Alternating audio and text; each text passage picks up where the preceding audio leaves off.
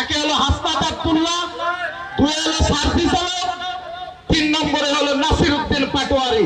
শেখ হাসিনার পতন করে আমরা কি দেখতে এসেছি যে আপনার সরকার গঠন করবে? সেই সরকারের অধীনে আপনারা 5 বছর বিনা ভোটে ক্ষমতায় থাকবেন। 5 তারিখের আগে কি দিন পার করেছি আমরাই জানি। এখানে যারা বসে আছেন 90% মানুষ জানেন না কুষ্টিয়া জেলায় সলিমের চর কোথায় অবস্থিত।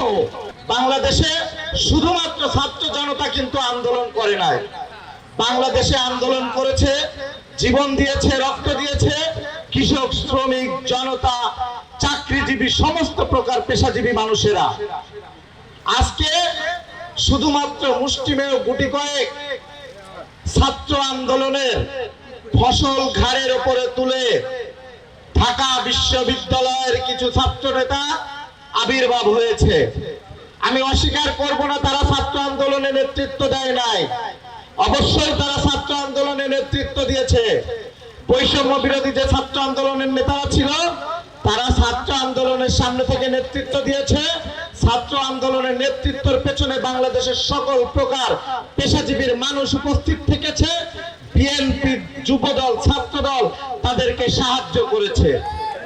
অথচ আজকে আমরা দেখতে পাচ্ছি বাংলাদেশে 3 জন মোস্ট ওয়ান্টেড বাটপার আছে, যারা বেয়াদব, প্রকৃত পক্ষের শিক্ষিত বেয়াদব যাকে বলে। একে হলো হাসনাত আব্দুল্লাহ, দুই হলো সার্জিস আলম, 3 নম্বরে হলো নাসির উদ্দিন পাটোয়ারি।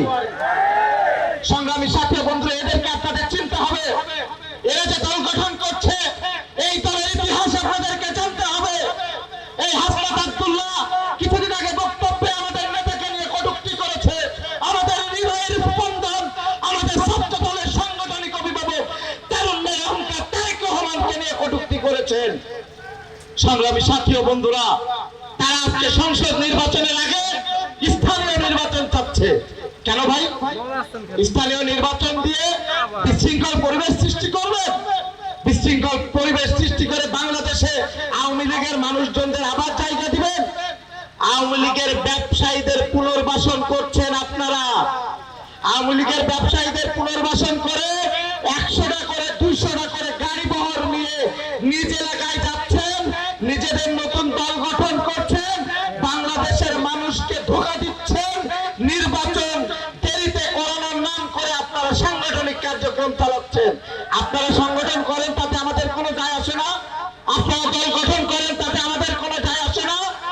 কিন্তু একটি অনির্বাচিত সরকার 1 বছর 2 বছর তার অধিক ক্ষমতায় থাকতে পারে না। আপনারা বলছেন ডক্টর ইউনূসকে 5 বছর আমরা ক্ষমতায় দেখতে চাই।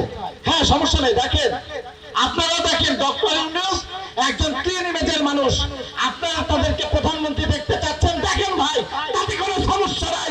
সেটা হতে হবে আপনাদের দল থেকে সুষ্ঠু নির্বাচনের মাধ্যমে আসেন ডক্টর ইউনূসকে প্রধানমন্ত্রী করে দিয়ে।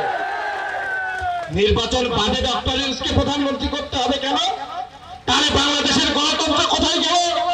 তাহলে আজকে হাসিনার পতন করালাম কেন আমরা? বাংলাদেশের মানুষ কেন ভোটাধিকার পাবে না? তার মানে তারা বক্তব্যে বলতে চাচ্ছে আগামী আরো 5 বছর বাংলাদেশের মানুষ ভোটাধিকার এবং গণতন্ত্র হরণকারী হয়ে থাকবে।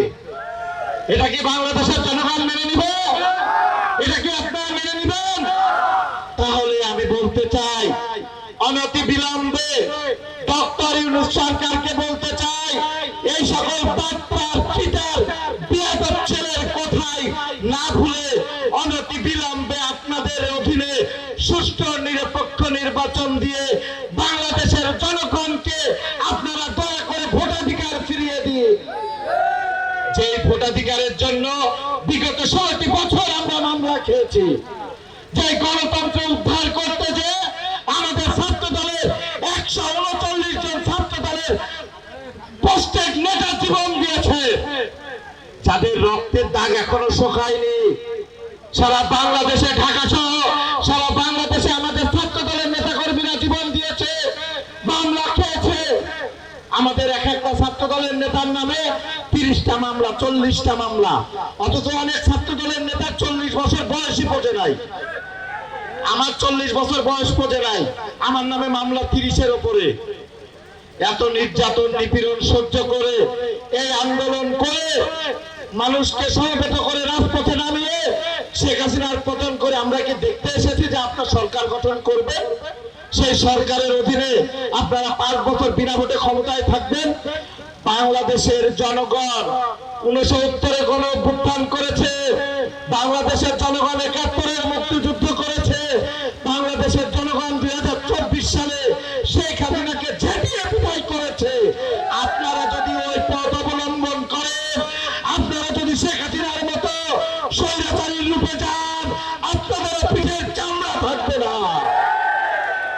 দয়া করে বিএনপিতে কোন রকমের আওয়ামী লীগ যারা করেছে অথবা আওয়ামী লীগকে যারা সাহায্য করেছে অথবা আওয়ামী লীগকে যারা অর্থনৈতিকভাবে স্বাবলম্বী করেছে তাদেরকে দয়া করে জায়গা দিবেন না। আপনাদের পা ধরে অনুরোধ করছি।